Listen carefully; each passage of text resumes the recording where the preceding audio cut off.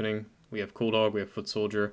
For this debate, Cooldog's taking the position that reality TV is good, whereas good is defined in a utilitarian sense. Footsoldier's taking the opposition. As always, when we're based upon who concedes, if we don't get a vocal concession from either participant, we'll put it to a voting poll in which you, the audience, can decide on who you think performed better overall in the debate. No time limit, no moderation. You guys can get started. Yeah, all right. So the impetus from this topic is just to see if we think that reality TV is net beneficial. So I think there's two different ways that you can think about this, which are important. So there's like two senses in which we could view this as being good in a utilitarian sense. One is like in the activity in isolation, and the other one is like relative to other possibilities.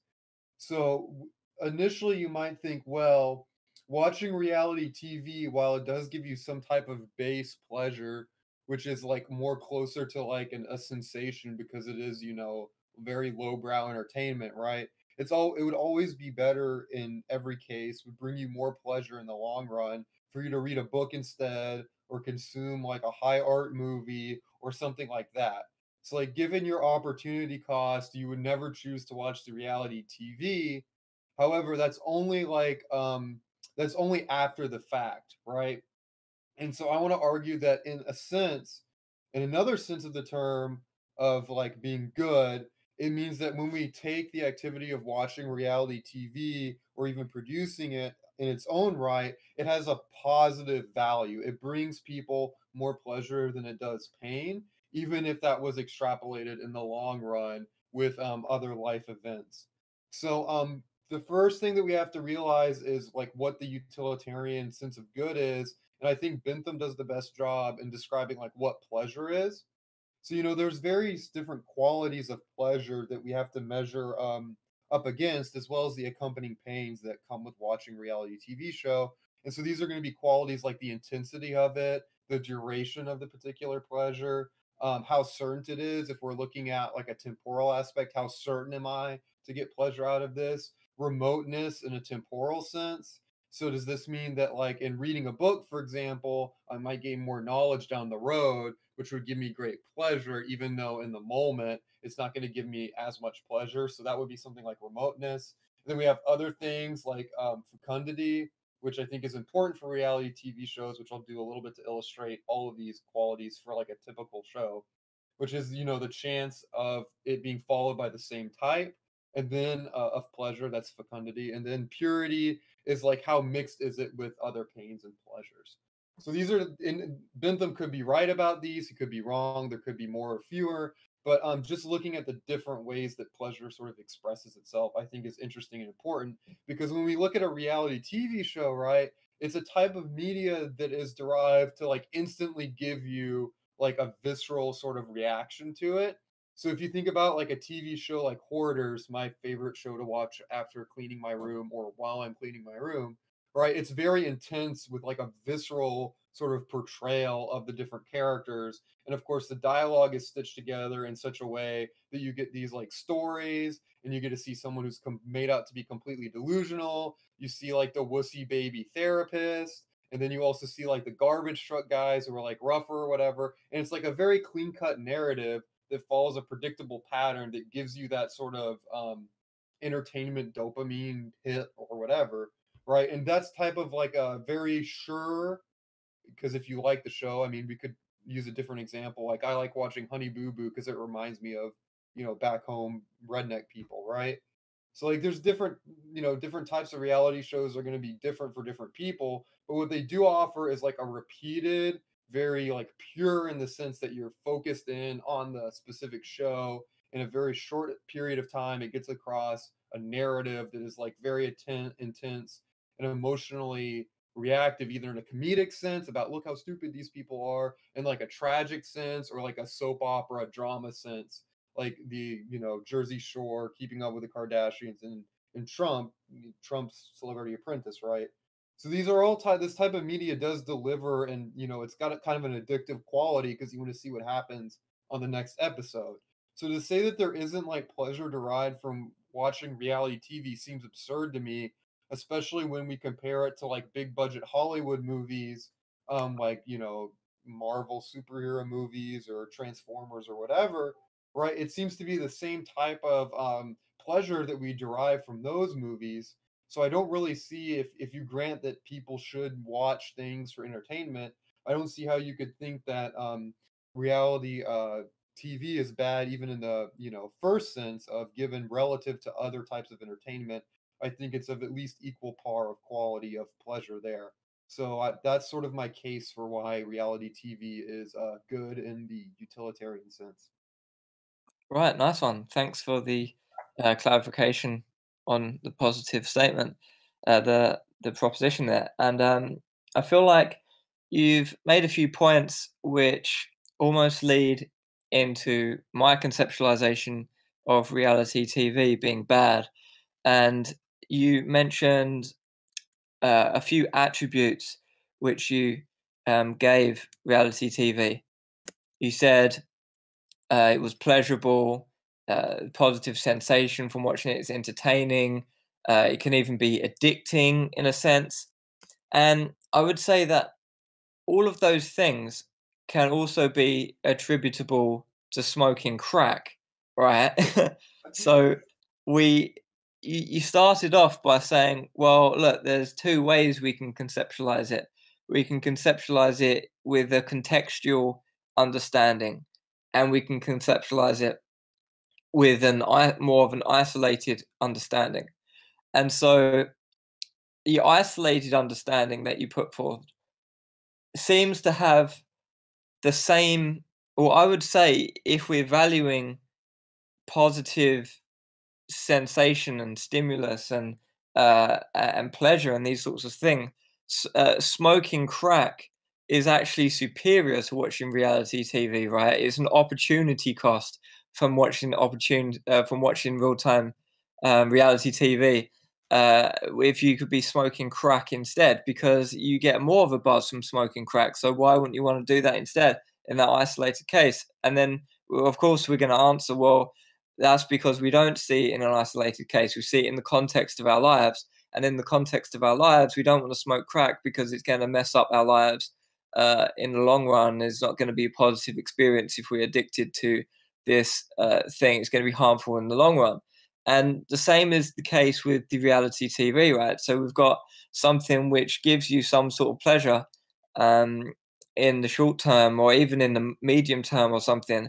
But all this is just doing is running your life in like this huge opportunity cost. Is just like you're chucking opportunity cost out the window. Like imagine opportunity cost was a currency, you're just like throwing it out the window. And when you could be living a much more fulfilling, much more profound life. So I would say that's my initial pushback. And if you want to maybe I hope discuss my on laughing did not interrupt you, but I love the smoking crack analogy. It's so funny. that. Okay. So like you're wrong on both counts, unfortunately. So like on the first count, which I think you're correctly characterizing my position between, we'll call it the isolationist or abstracted and the contextualized sense of utility.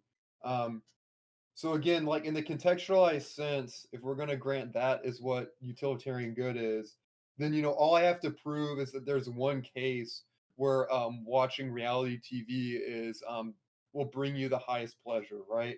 Um, so, but in the isolated case, right, you're forgetting like the actual temporal element. Just because we're abstracting something doesn't mean that we don't take into account the purity that the pleasure will bring over like a time span, right? So, like when you smoke the crack, though, after you get, come down off the crack, right, it's going to be dreadfully painful. And so, whenever you're doing, even in the abstracted, isolated sense, you need to do that type of calculation for it. So then, with reality TV, right? I'm just sitting in front of the TV, and it's the same thing as a Transformers movie. So it's the same thing as like any other type of entertainment. Like you're not going to get physically addicted to watching reality TV like you would with smoking crack, and you're not going to get like a withdrawal from it after just watching one episode of Hoarders, right? Um, so in the context of our lives, however, this is just like a standard of taste argument. Like your bar for what you count as comedy is going to be different than mine. So, for example, Kenny versus Spinny is like a brilliant Canadian TV comedy reality show. It's actually got a witty story arc and things like that, which I find to be, very good comedy, right? And that's just going to come down to personal taste. So, unless you're saying that, all entertainment is bad, for example, or I don't see why reality TV shows are like this separate animal, which we can't watch in the context of a meaningful, pleasure driven life. Right. So I would say that some of the things you pointed out there to be a defeater from my view aren't actually defeaters. It's actually where I'm going. So I'm actually going to be arguing, as I actually do genuinely feel, that TV as a broader medium is this equivalent opportunity cost to reality TV. So I'm arguing more against TV and reality TV being a subset of that, right? I'm not arguing just specifically against reality TV and saying that some Yeah, other TV is good. so TV on net you think is bad?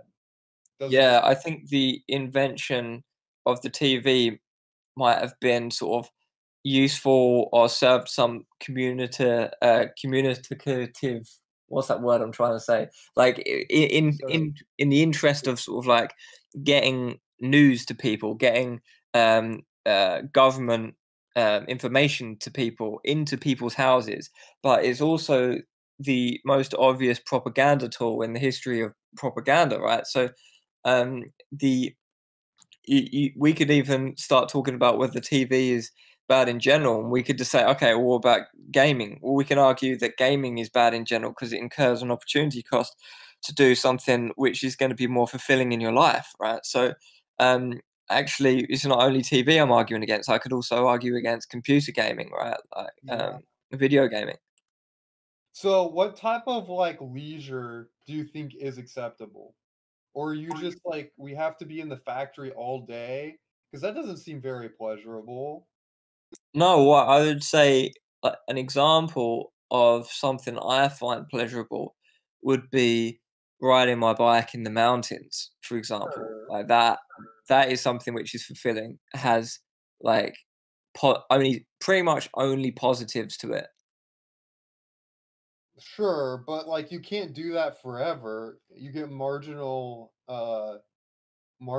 diminishing marginal returns there, right? Or do Well, you think that I you should like only go to work, you should only do work and then bike in the mountains? Is that the only thing that you should do? well, there's of course other activities which I would say were equally or perhaps even more um, fitting or of a higher quality or of a profound nature. Or, for example, I could sit and read Sure, a they might decent be book. why, sure, they might be that way, but you can also read a book which is a different quality of pleasure. It's like a more delayed, less intense narrative experience, in terms of like temporality. But there is a place I think to explore with like the nature of the human mind, these more intense forms of narrative, right? Because you can pack in like the narrative of an entire book into a 45-minute show. And I think that that's like something to be experienced and something wonderful and very artistic in certain cases. Like we could rattle off some great TV shows which have done, a ton of narrative work. Like, Twilight Zone, for example, is like a film version of short stories, which I think has great artistic qualities to them. All right. I don't think it's just books are better. I don't think that that's necessarily correct. Well, I would also say a film which is so profound that it challenges your understanding of the world, um, then that is something that is worthy of engaging with. Yeah, and you see, this is like a brilliance of like reality TV shows is they can bring to light issues in the real world that people weren't typically, aware of. Right, I'm just gonna have to disagree from my understanding I of mean, you reality can have TV. like shows about like the obesity epidemic in America, right? My 600-pound life. That's shedding light onto like viewed in one sense, right? Of course, we can say that like the perverse viewing is like, haha, these fat people, right? Like that's the perverse viewing. But like a more like honest viewing of it might be something like we're seeing the actual lived struggle of people who struggle with their weight, Or in the Hoarders example, which is my personal favorite, you get to see like striking mental illness that people weren't really aware of before the show came out. So I think that that can be a valuable tool that can be used to shed light on real issues that just Right. reading about them in a pamphlet doesn't give you the same emotional impact. So it's good Or to justice.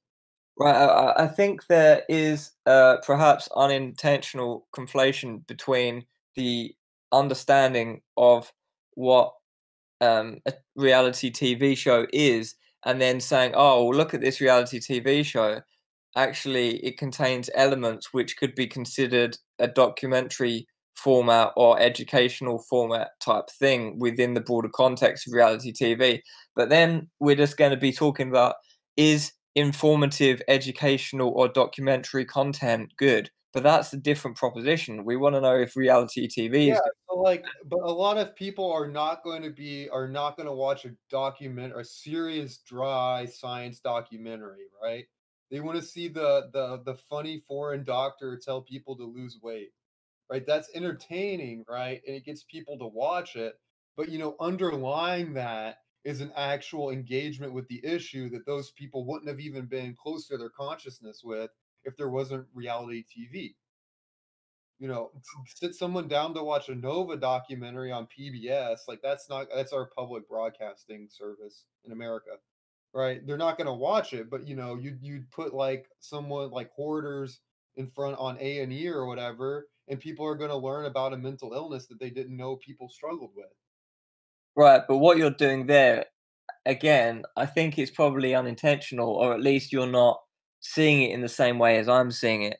But what I'm saying is the essence of what it means to be reality TV doesn't seem to entail what you're declaring beneficial about it, right? So we've got this format of reality TV, which is almost definitionally vapid. And then we've got inside of this, you're saying, ah, but we can smuggle in profundity into the Correct. vapidness. But I'm saying, yeah, but then you're smuggling some other additional shit No, into like the the format. ability to critique it, right? And the ability to understand why we call this vapid is itself an intellectual pleasure that we wouldn't derive if we didn't watch reality TV. Like Right, but I it could I could argue to that our the own psychology. It gives us like self-knowledge about our own psychology that we're like stuck drooling in front of these stupid idiots, right? right, but I could argue that what we're doing now in discussing this is the quality thing that we should be doing, and actually watching reality TV itself is the Yeah, sure. undesirable thing. In the same way, we could have a conversation about people who smoke crack without having to go away and smoke crack ourselves. But like somebody who watches like what's the name of it? Intervention. That's the name of it. Somebody who watches that might get motivated to actually like do an intervention with their family, right? Like the fact that reality TV portrays what supposedly real life situations, or maybe like closer to life than like John Wick or some fantasy action movie, right? That gives it a more closer it's a closer distance for your imagination to travel. And so I think that that's something valuable about it. That combined with the very like over the top simplistic storylines makes these types of like real life analogous situations more easy, or maybe like comedically able to help people deal with their actual lives. Right, so you're saying that there's positive utility because it could potentially be helpful in certain situations. I mean, it's But also a artistic format and gives an artistic pleasure that's like unique, right? That has unique qualities that other forms of, video art doesn't have. yeah, but if we're gonna say, well, look, they could have some sort of accidental helpful quality in a transformative quality for some people, then we could go back to the crack parallel and say, well, this crack addict actually was smoking one day and saw Jesus, and Jesus came to Yeah, him I get the in positives, but like, what are the negatives that come with reality TV? Like, what are those? opportunity cost and the fact that I don't know if you know the stats on TV watching, but it's some alarming amount of hours on average you spent watching TV, like sitting down at the sofa, Sure. and that's not healthy. So it comes not only as an opportunity cost, but also as a health cost. I mean, I agree with you that we shouldn't be sitting around on our computers or on our couch on our TV all day, but that's a different argument, right? Like, but I don't see why reality TV is uniquely worse than other forms of digital media or, moving image media, video media, right? I don't see how it's like inherently worse than like a vapid YouTube video, like Jake Paul, for example, right? Right. But if you're gonna like um present me with a certain specific situation, like there's someone who goes to the gym and does like a workout on some treadmill thing, and then they're watching reality TV whilst they're doing that, or something like this. And like I could say there's still an opportunity cost, but in that specific scenario, then I would just say, okay, there's no health issues with that because of the context in which they're watching Or it. if But they watch like an hour and a half or 2 hours of TV a day, something like minor, you know? It's like after or the average is something ridiculous, like I think 6 hours or sure, something like actually ridiculous. sure.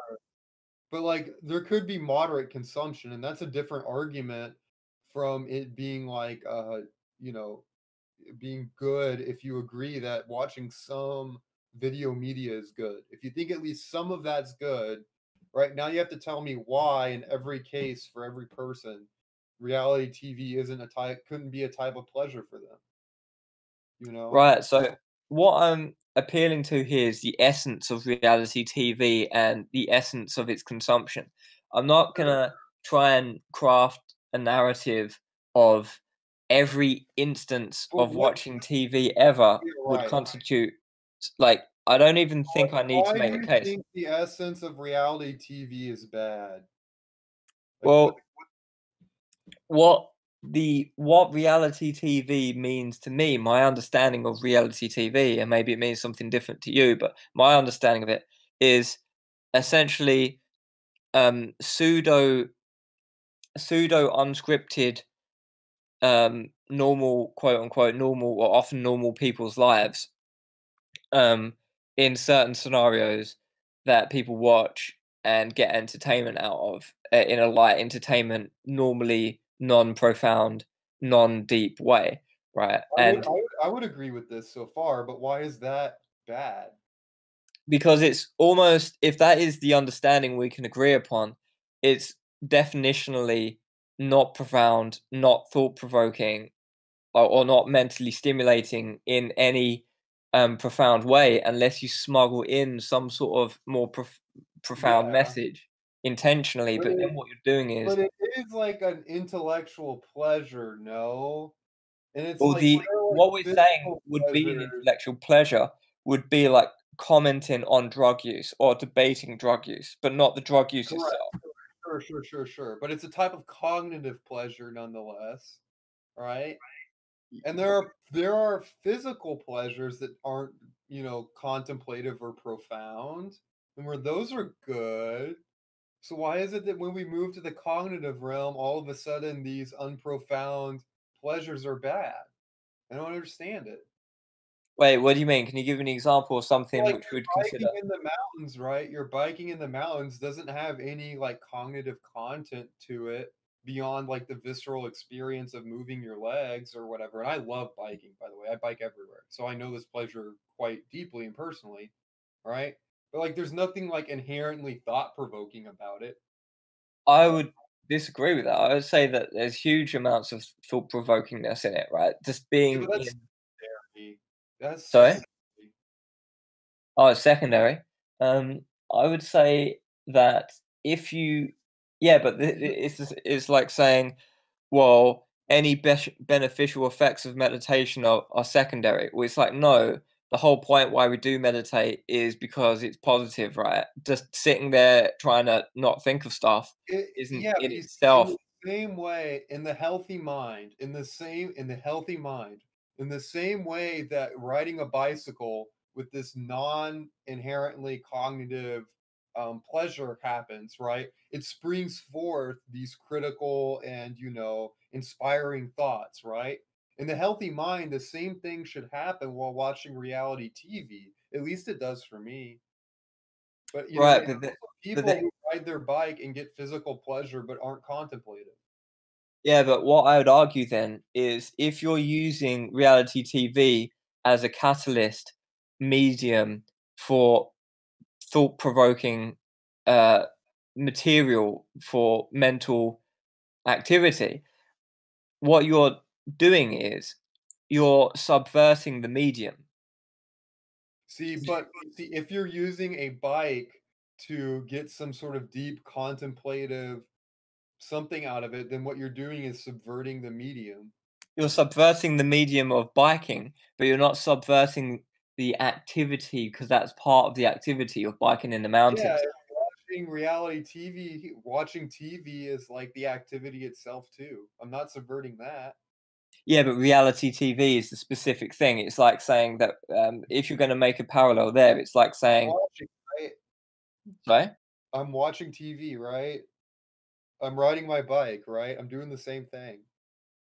Yeah, but the reality TV would be like riding a bike in the gym, right? But Um, or something. there's tons of great like track cyclists. They do it in the Olympics because the activity itself is good, right? The activity of watching has like a good component to it usually. Um, I'm confused. Track cyclists and watching. What do you mean I then? Can mean, you you can clarify? still do the activity in a gym, right? Yeah, what whilst watching TV or something? Yeah, sure. Like I Yeah. can watch TV in What? different ways. I can watch different shows. Right? I can do mountain climbs or I can do descents, right? Yeah, like, but the thing is, I think if you speak to the cyclists, no one's gonna say, "Oh, I enjoy being on Swift at home on my laptop," rather than like being like in the Alps. Sure, definitely. But But that's personal taste, right? well, it's like the thing that you get out of cycling in the Alps or cycling in the Pyrenees or something is there's this not only sort of like the visceral experience of the exercise itself, but the connection with the nature and the entire experience. It's like imagine going like hiking in like Yosemite Park or something, and then someone says, "Oh yeah, but you're just walking." It's like, no, I'm not just walking. The whole Right. point is not the walking. The point is the experience of experience in Yosemite National Park, right? And that's the same thing with cycling in the mountains, or like playing chess isn't about moving pieces of plastic or ivory or whatever it is on a board. Playing chess is about the activity of the game. It's about the game. Playing football is about the game. It's not about running about kicking a pig's bladder or Okay. whatever inflatable Sure. spherical object. It's about the game. And reality TV is about this vapid entertainment, right? And if you're going to subvert the medium and generate profundity where none was intended, then I salute you for it. But that's not the medium itself. Okay, but let's take the example of like the cyclist, the professional cyclist, or like the adamant football player, right? It's like they wake up early in the morning, they eat their breakfast, they start training, they, play for like hours on end, they do more training, they eat huge portions of meals, and then it's evening time. It's the one part of their day where they're not working, whatever. Why not? Why are you going to deny them the pleasure of watching how like normal people who aren't like high level athletes or committed athletes, right? Even at like a lower level, right? Or are you going to deny them the pleasure of like seeing a ready baked narrative of like normal people, right? Or like abnormal people that are funny to them? Like, why are you going to deny them that pleasure and instead make them hit the books?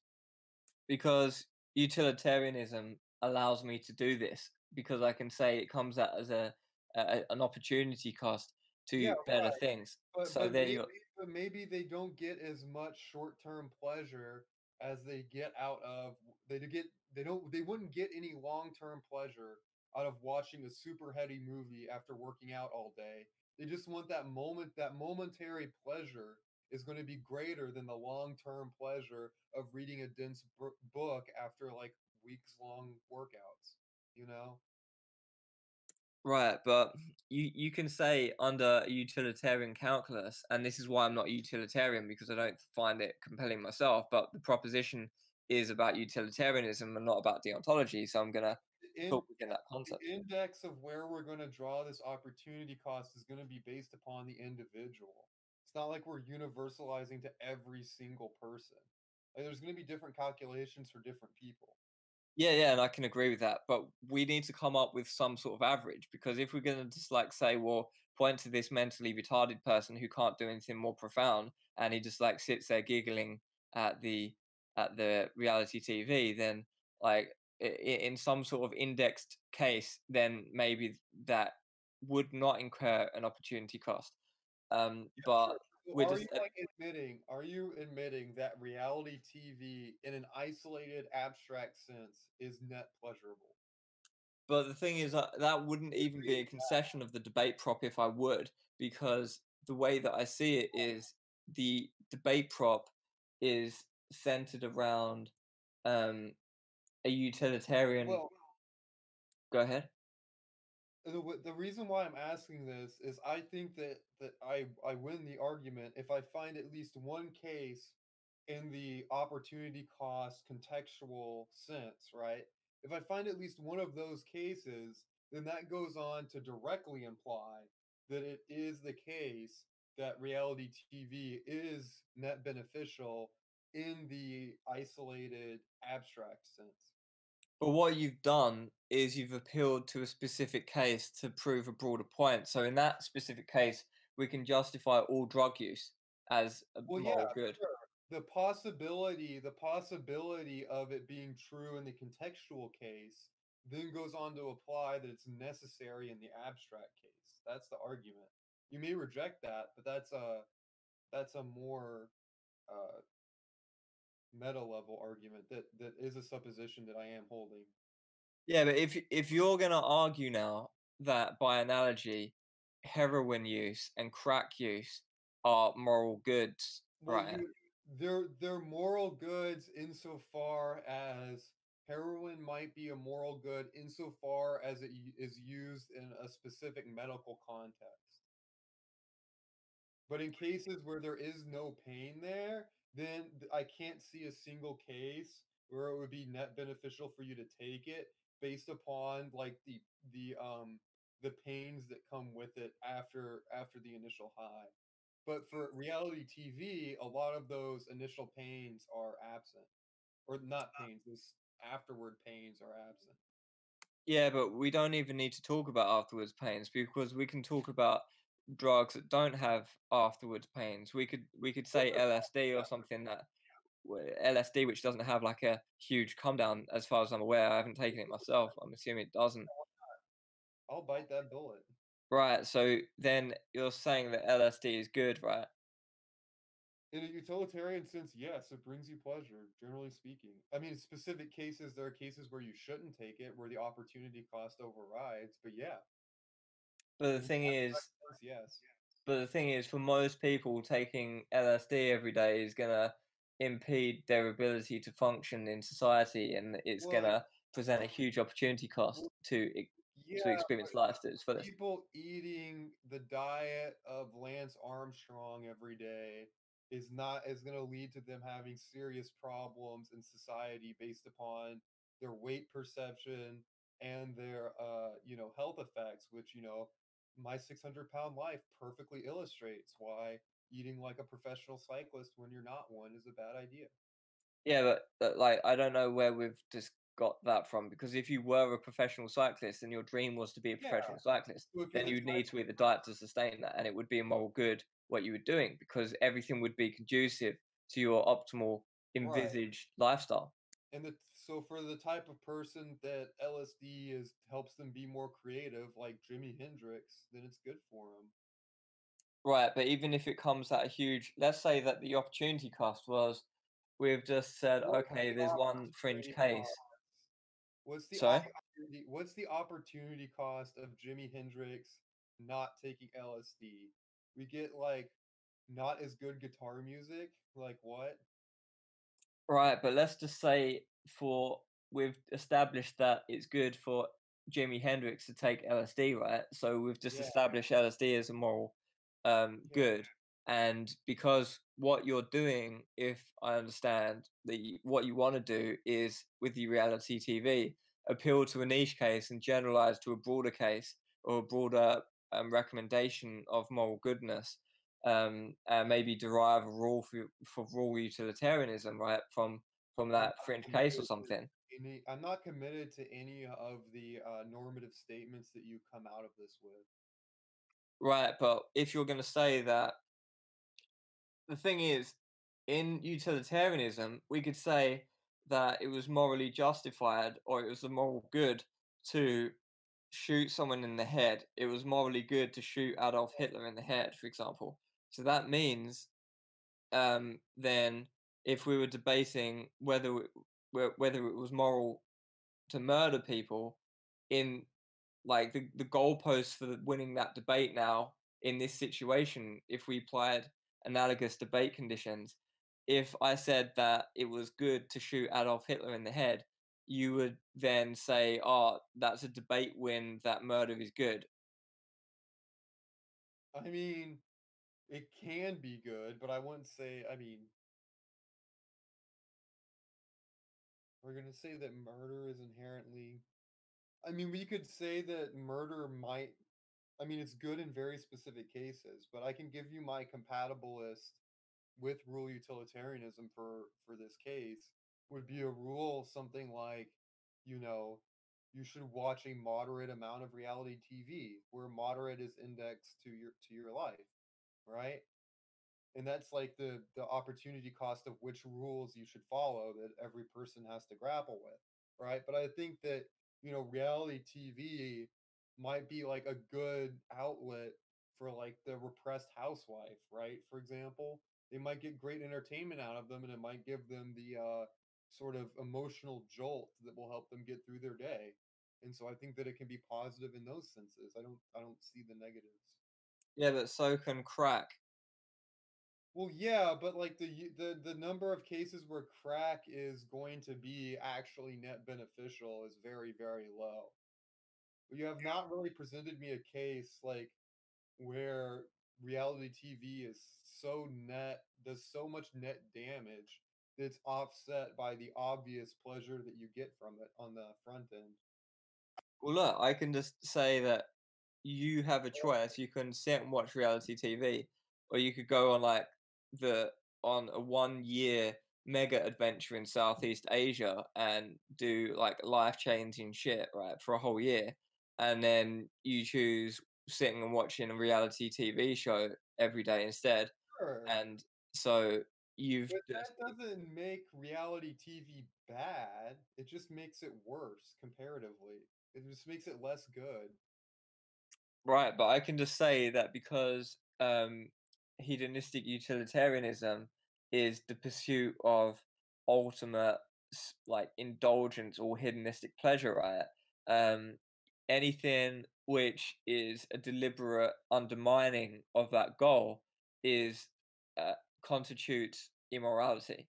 Yeah, but like the single mother can't really go out on a European vacation here, right? Like her only like way out of like her potentially like I'm thinking of like a poor person situation, right? The reality TV is like a door to her imagination, but she's so often trapped in the reality of not being able to pursue the dreams that she wants. So for those people, due to like their relevant conditions, right, don't have the opportunity to strive for these higher level pleasures, right? So we Well, shouldn't deprive those people of good, right? Those people are doing good for themselves. Well, I would just say that's exactly the condition in which watching reality TV would be bad, right? Because it's like, oh, there's this underlying pain, this is underlying unfulfillment and dissatisfaction with my life. And instead of going out into the real world and doing something transformative and life changing, I'm just going to sit here and dull my pain with shit which is equivalent to a cheap drug. Yeah, but some people are just not built for that go get 'em personality type. Some people are more chill, dude. Like that's Then just they're not how it is. then they're incurring an opportunity cost to not Yeah, change but their like life. their basic psychology is such that those like life-changing adventures, as you call them, they wouldn't get pleasure out of them. They might find them like filled with anxiety because they like the rut. That's how they Right. get the most pleasure. But whatever it is for that individual, it might not particularly be riding bikes in mountains. It might be Right. some other activity. Like I And can't imagine wanting to go some ahead. women really like keeping up with the 50 Shades of Grey and the soap operas. They get a lot of pleasure talking with each other about The Bachelor. Like, I love talking to my friends about The Apprentice, right? You get a social pleasure out of it too. It's not just it's you can't just view these things in isolation. You know, there's like a subculture around them Right. too. What I would just like pull some Adolf Loos shit on that and like do something sort of ornament and crimey there and say that the type of person who watches reality TV instead of seeking to do something more profound is the type of person who is exhibiting themselves as a primitive, right? A less Yeah, sophisticated sure. person. But it could also be possible that the opportunity cost to cultivate the mental faculties to do like high complex philosophical discussions, right? Mental effort it takes to do that for a lot of people is not going to be worth the payoff because some people are just not like psychically built for it, right? Like sometimes the path of least resistance is better for you. Like, if I Or were to go in and try to be an engineer, that would be a huge opportunity cost from the get-go.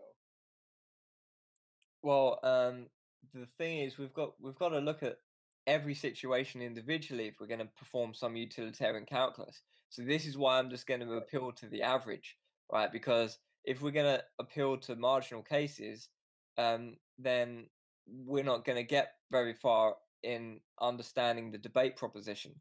Because the debate proposition seems to be appealing to averages. Because otherwise, with utilitarianism, because there is no rules, right?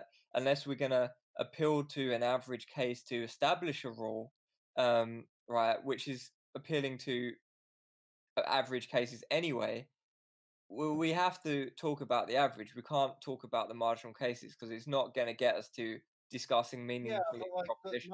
you see, I agree with you, but, like, my cutout for this is, like and I've thought about this, right, is that, I mean, as long as we think that for a sufficient number of people, that watching some amount of TV is good, okay, on average. For a sufficient number of people for whatever that bar is, right? For being sufficiently pleasurable to enough people, whatever bar that is to call it good, right? If that's true of watching TV, then now we're just talking about subcategories and personal taste. Like you may not like horror movies, but I don't think that you're going to say that there aren't some great horror movies and it's just not your taste of movie, right? And so I might enjoy those while you don't.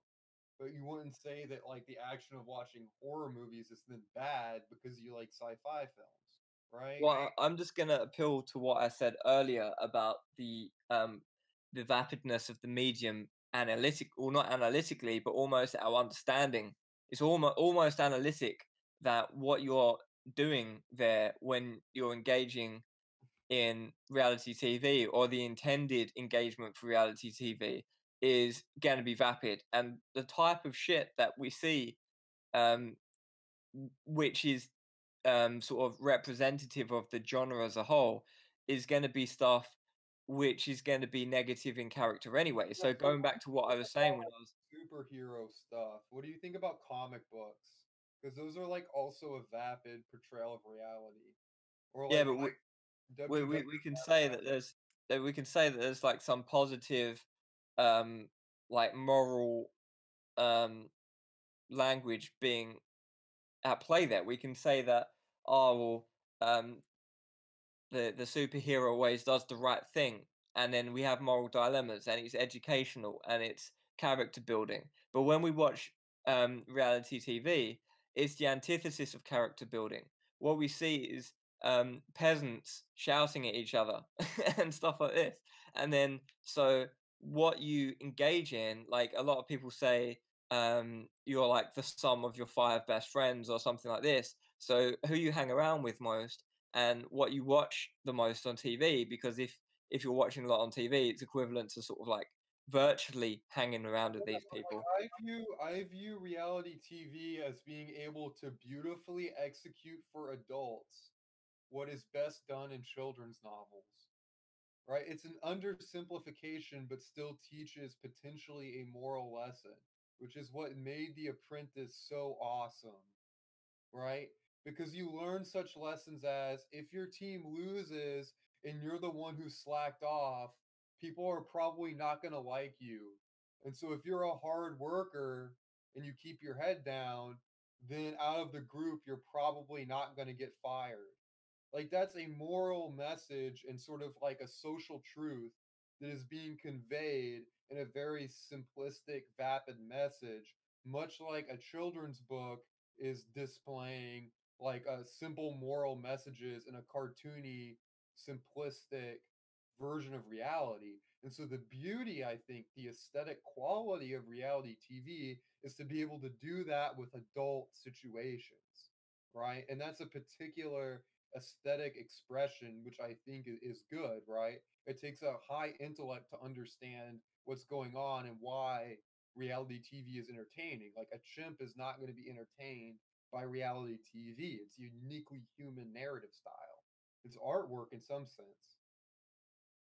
I guess that's just where we're gonna disagree, because I think if we're almost by definition saying that this genre is necessarily vapid and anything that is more profound is actually a fusion or a smuggling in of some other type of content, then we can't really use that as a justification I'm not because smuggling in any type of content. I'm just explaining why reality TV gives you such an emotional reaction, right? And gives you entertainment. I'm explaining why the pleasure happens. It's because it's this aesthetic art form that has this effect on people, and it's brilliant for that. well, I would just say if it depends on what we're going to define within the category of reality TV, because we can come up with something like The Only Way is Essex, for example. I don't know if you're familiar with that, probably I not. don't know British TV, so I know Big Yeah, Brother. That's the only British reality show I know. what one is? Big Brother. Right, yeah. So Big Brother is like a better version. It's a different format, but the type of people who go on Big Brother are seemingly less mentally retarded than the people on Only Way is Essex. Only Way is Essex seems to be the scraping of the barrel of the worst type of Yeah, reality TV that I've ever experienced.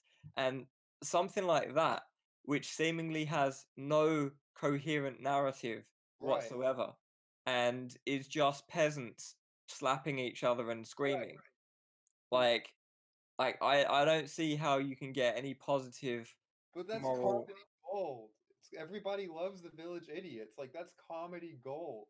But the worrying thing there, Cooldog, is that people watch The Only Way is Essex as a genuine type reality TV show. It's not just sort of like Oh it's no. not just like looking at it and laughing at the falls. That's They just literally engage. suspension. That's just like a suspension of disbelief, which happens with like wrestling.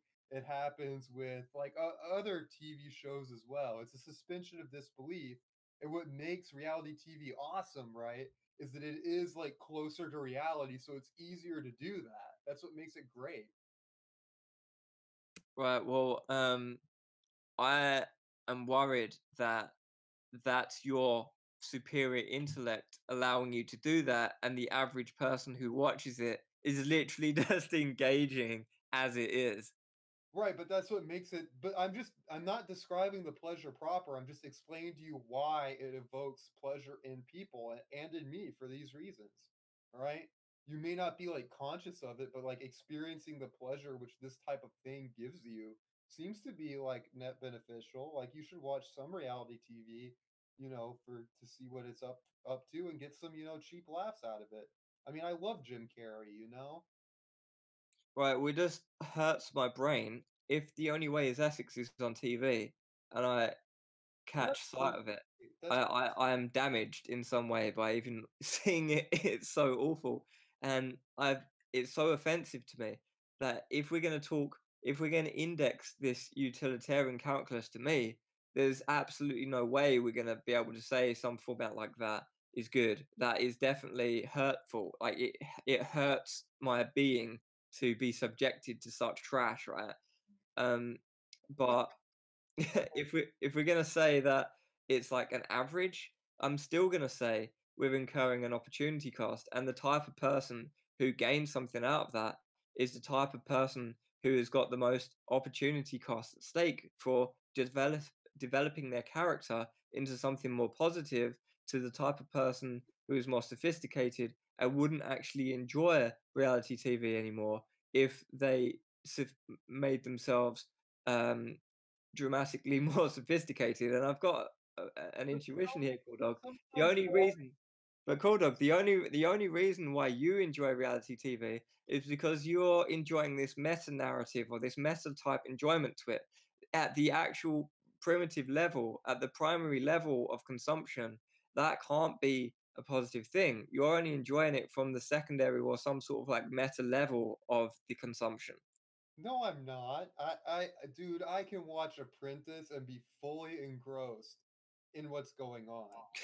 Okay. I can watch Honey Boo Boo and just laugh my ass off because they sound like the rednecks from back home. Like I can watch like Duck Dynasty and just laugh at the absurdity of it, right? Like Okay. but then like post facto, sure, I do this analysis, right? But like in the moment, rotting your brain is fun sometimes. Well, there you go. You Like just it's admitted it's fun rotting your brain. sometimes. Rotting your brain is fun. Like, come on, in moderation, Right.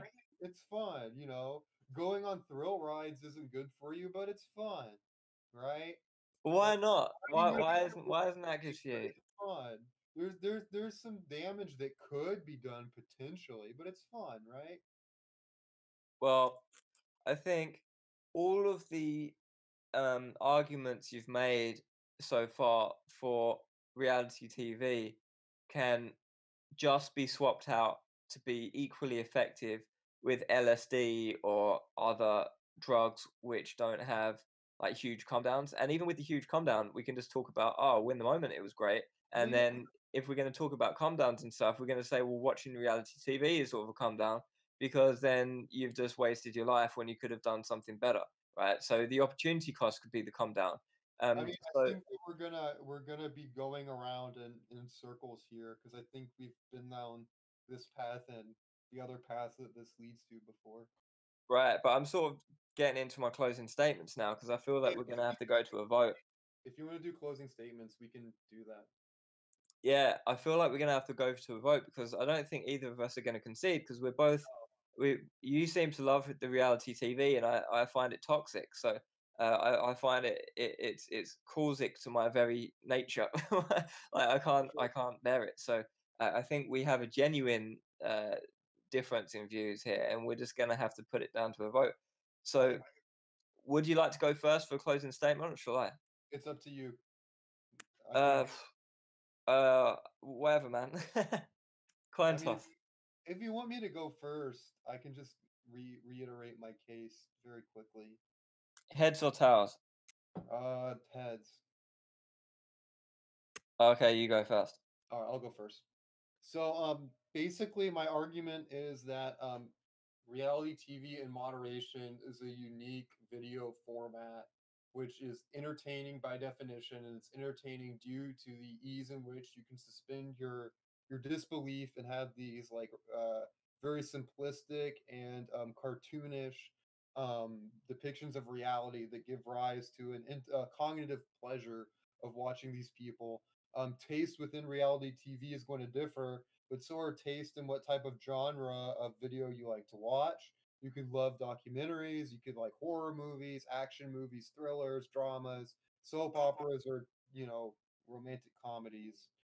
And so that's just going to be a matter of taste, but the intellectual pleasure of watching TV is definitely something that's there, even if it is fully absorbed in a basic level. And we realize that because for some people it is net beneficial to crash and rest their brain with some base entertainment in the evening after a long day's work with some reality TV, that under utilitarian conceptions, it seems to be the case that we can say that reality TV is a good, not always the good that you should choose, not always, but in some cases it is. And in such, it demands to be called good and pleasurable in a utilitarian sense. Okay, cool, man. Nice one. So, um, I would just summarize my objection, or my uh, the way that I would resist Cooldog establishing the proposition as being reality TV being something which is good, is to just say that it comes as an opportunity cost. And if we're talking about utilitarianism, which the prop leads us to talk about, and I'm assuming we're going to be talking about some hedonistic utilitarianism, then incurring an opportunity cost is like deliberately is just going to be not something that you could call good in that way. I've also made more of a Lusian ornament and crime type argument in saying that the type of person who would find the vapidness of reality TV beneficial in some way would be the type of person who would be unsophisticated, and is the exact type of person who would benefit from increasing their level of sophistication in order to enjoy the higher pleasures of life. So even in a mill utilitarian sense, we can talk about higher pleasures um, and stuff like this, and we can say that actually the reality TV, although it's pleasurable, this is how Mill was trying to get around the original Bentham utilitarianism, which is to say that just doing something which is pleasurable on its own might not necessarily be the moral good, but there's this higher sort of state of moral good, and I would argue that the type of good that you get from reality TV is just going to be some sort of primitive good, and it's not going to satisfy the criteria for this higher level good which Mill might set up. So I also put forward the argument that what was my other argument? It's escaped my mind now, but yeah, I personally think that. Oh yeah, I was saying as well that the essence of what we consider reality TV is analytically vapid. So if we're gonna put any profundity in there and say, oh, well, this can actually really influence your life because it's portraying like this documentary type stuff, and it's so cool, and there's like these hidden messages or wisdom, and it's so artistic, and it's like a piece of art, then what we're just doing is subversing the format to be something which it actually we're not talking about that at that point. We're not talking about reality TV anymore. We're talking about something which is art, which is cloaked in a reality TV um, um, veil, so to say. So I think they're my three main attacks. I would say that everything that Cooldog has tried to establish as being reasons for it to be morally good to watch reality TV also applies to like LSD and some other drugs. So, but we wouldn't call them good. We wouldn't say it's morally good to like do drugs and incur opportunity costs and like wreck your life, or at least detract from your life. So that's why I'm at with it. I really don't think it's great to waste your life watching reality TV. I guess we'll put it to a vote then because there was no concession. And thanks for listening.